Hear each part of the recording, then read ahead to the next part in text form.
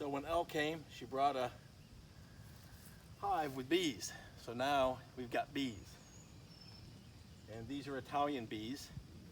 Came from a buddy in Williamsburg. And she drove them in her car. They seemed to do okay. And then this morning they were very quiet. And so we brought them out here where the box is going to be. You can see that I just set it on top of the layers hive because you know, I've seen a bunch of places that had the nook. They were able to set it inside of the layers box and then start prepping for the transition from the Langstroth to the layers. But this is a full-size hive, not a nook, so it won't fit in there. So we're just going to work with it. But I wanted to get them out and sort of happy. Right now, their main hive door isn't open. It's just this top one, which is I think a robber's opening. So they're just coming in and out of the robber's opening right now. This area is covered in clover. We've got field or hop clover, red clover, white clover. I mean, this whole area of the Long Branch. And then there's water just right down here over the hill. So I think the environment for them is great. This is basically south-southeast, this direction, the opening. You know, we may adjust it, make it a little bit more south, we'll just see. But they're gonna get the morning sun out of the east, and then of course through the day in the south. So that's where we are for right now. Because they're in a Langstroth and because of the way they've been raised to date, we've got some sugar water that we're going to, you know, open this up and give them some sugar water and just get them sort of acclimated to being here, knowing where their box is. And then, you know, in several days or whatever, we'll start worrying about trying to transition them over into the lay-ins box.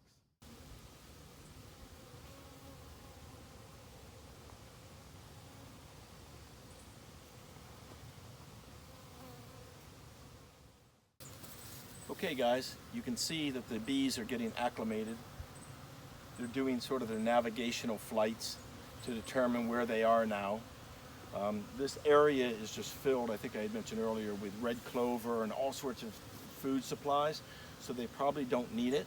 But since they're in the Langstroth hive and they are accustomed to having sugar water there, I thought until they get completely acclimated to this system, that we'll put that in there and then we'll just see whether they actually are using it or not.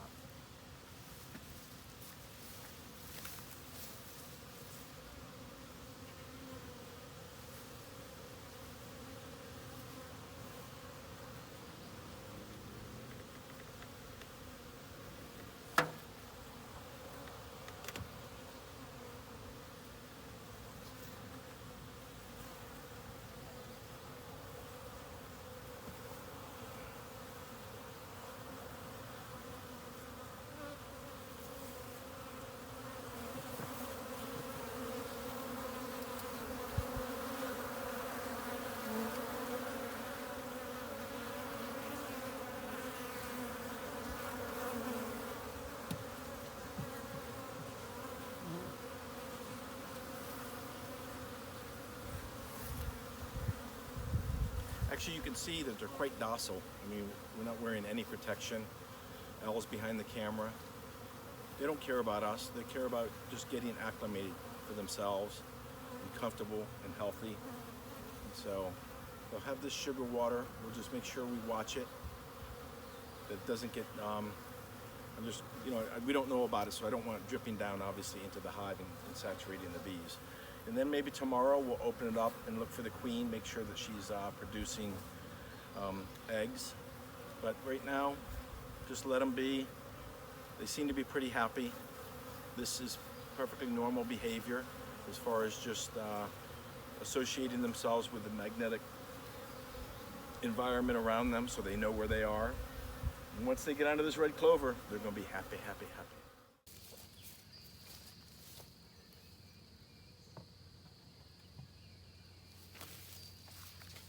Okay guys, I think you can see we have a bit of an issue here.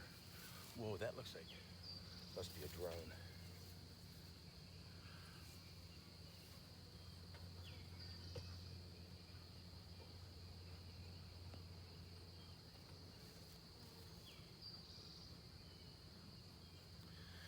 something has gotten into the box and torn it up. And so I just need to settle it down.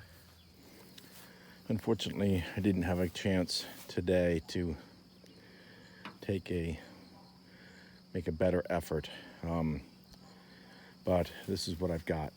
So I strapped the box down so that the raccoon or whatever it was that was trying to tear into the box, and the last time had taken the upper and slid it off of the base. I've strapped it down so that the animal wouldn't be able to do that again. Now, a bear, of course, that's a whole different story, but this seemed to be like a raccoon or a possum or whatever it is that will also get into these honey traps. So then I took chicken wire and I put it up around with sufficient standoff that you know, some animal couldn't poke its hand through or whatever.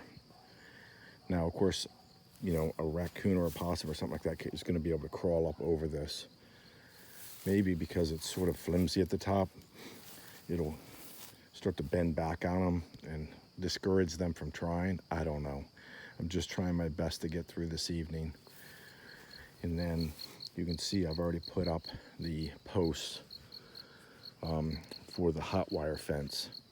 And then I will string the 180,000 PSI high tensile wire around here and hook and energize it up to it, ideally tomorrow, so that we would have that level of protection also. I use zip ties, you know, the ubiquitous zip tie, but I put a little gate back there so I could get back into it tomorrow. Because tomorrow I want to actually, if I can get things just normal and then get through the evening, I would like to actually get into the box and take out the 4 frames that are in there, and maybe even cut those 4 frames so that they go into the lay-ins box, because you can see how much sturdier the lay-ins box is.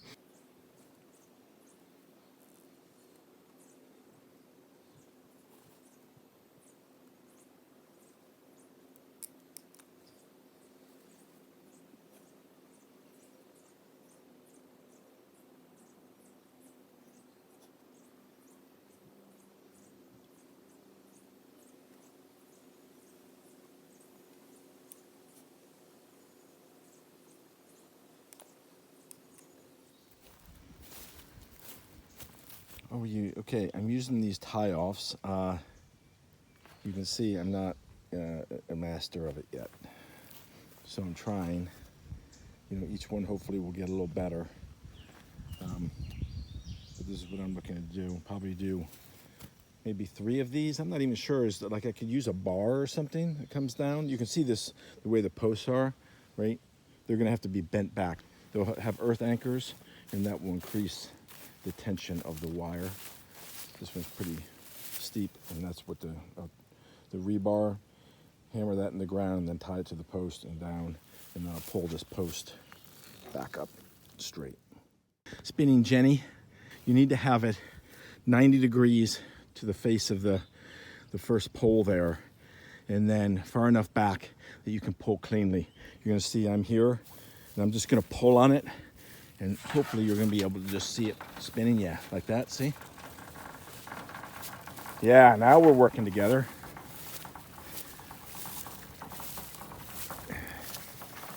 That's how she goes. Now look how fast that is, right? That's what we're talking about. That's the one thing about these timeless posts. The more angles you have, that high density PVC wants to grab a hold of it. So it's not gonna be real graceful, but that's how the Spinning Jenny works. All right, guys. So the curse of the creator, I just opened this whole box up and went through it and looked at the frames and made the determination that The bees are, they're populating, they're healthy, they're a good size. They're not a huge colony, but they're a good size. They're active, they're coming in and out, they're trying to forage. But frankly, I think they're starving. I don't think that they are sort of trained to forage. And so they're inefficient. And so there were 4 frames that there are 7 frames in the box. I believe 7, maybe 8. There were 4 frames that had brood and honey on them, of course, with the queen, and she was laying eggs. That's when they arrived. Okay, it's only been 4, maybe 5 days since they were put together like that, but they haven't moved off of those 4, so they're still on those 4, and they only have brood now on 2 of them, and they only really have honey on about 1.5 of them.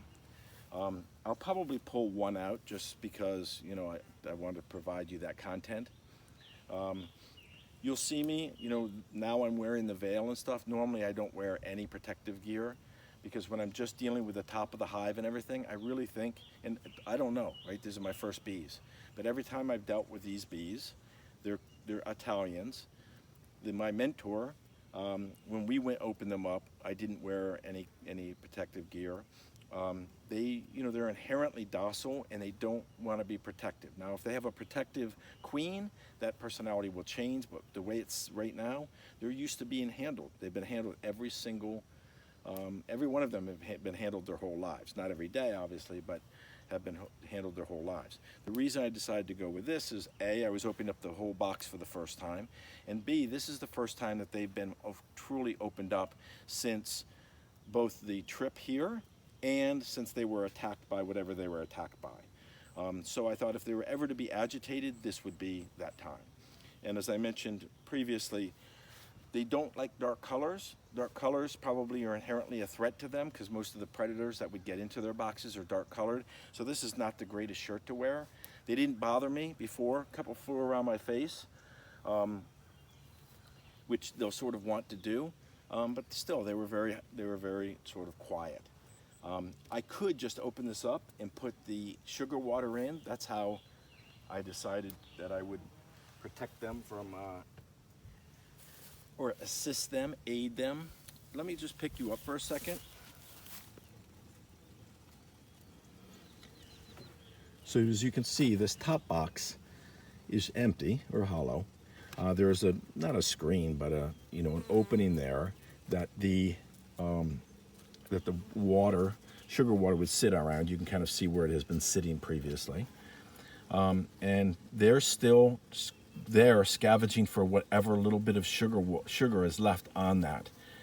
And I think that's sort of what they're doing. I don't think they are efficient foragers. They've never probably been trained to be foragers. And so just like taking a cattle and putting them on grass, they got to learn that relative from this. So how I move these bees away from this area so that I can put the bottle on, I would just use some smoke, and they will respond to that smoke, okay? Let me just see if I can't. Sorry.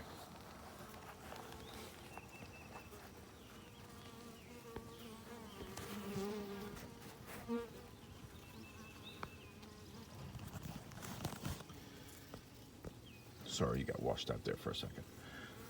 Okay, so I think what I'm going to do is I'm going to lift this up for you just so you can see it.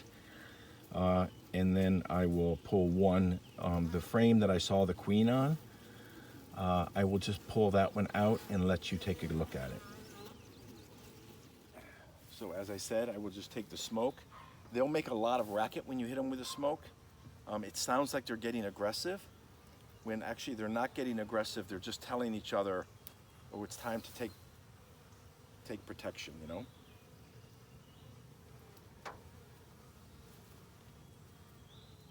They don't really like it seems, in all honesty. I mean, but I personally think that the majority of this is just calm demeanor. They had this on here pretty tight with propolis before. I may be able to pick up both parts of this. You see them?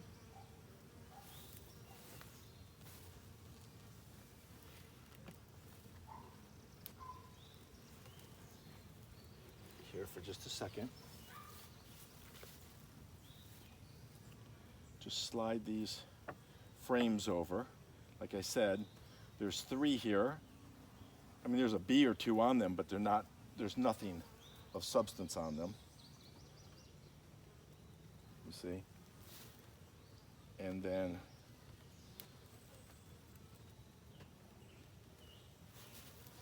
I was mentioning that it's kind of like, I look at these like kind of like dealing with a firearm. You need to be sort of confident and efficient and not be timid. If you're timid, it actually creates a more dangerous situation. Creates insecurity in yourself. See, this has some brood on it, but it has no honey.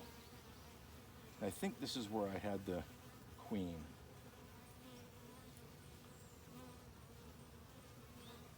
Yes, this might be her. Yes.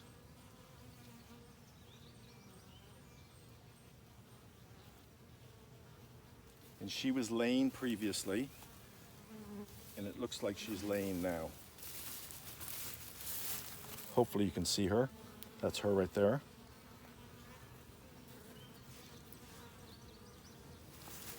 She's not marked.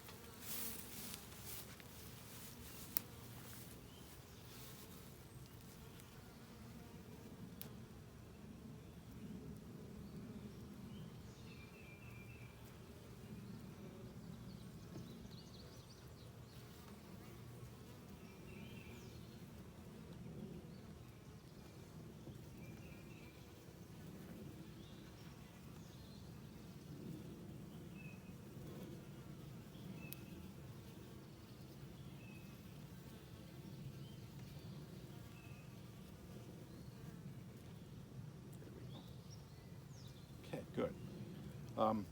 Yeah, I think I'm not going to pull out the rest of the frames and show you what I found. I can just tell you because this is the second time they've been open today and I don't want to mess with them. You know, I want them to be happy. We saw the queen. She is laying. You can see they're getting a little bit agitated.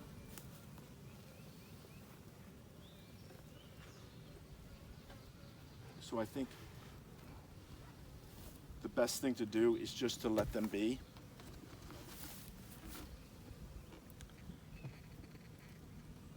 Hopefully not crush any of them as I put this box back down. Oops, I think I heard the crunch of a bee. I mean, it happens, but you know, we're trying to create a symbiotic relationship here, right? Okay, now this, you know, it's funny, but of all the things that terrifies me, this sugar water terrifies me. And the reason is because early on when I was watching shows about bees, one of the biggest issues was that this thing leaked and poured sugar water down onto the bees and into the hive, and you know, it killed the whole hive. And so obviously I'm trying to avoid that. But that was pretty dry. I think you could see it. I don't know exactly what your frame set is, particularly with this mesh in front of you. But I'll put that sugar water in there, and we'll leave them now for, you know, 4 days or something. They're certainly not about to overgrow this box. They don't have enough brood. They don't have enough honey.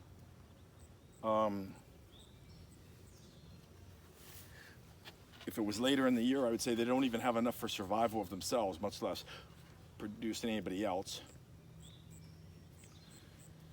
So I'm not worried about that.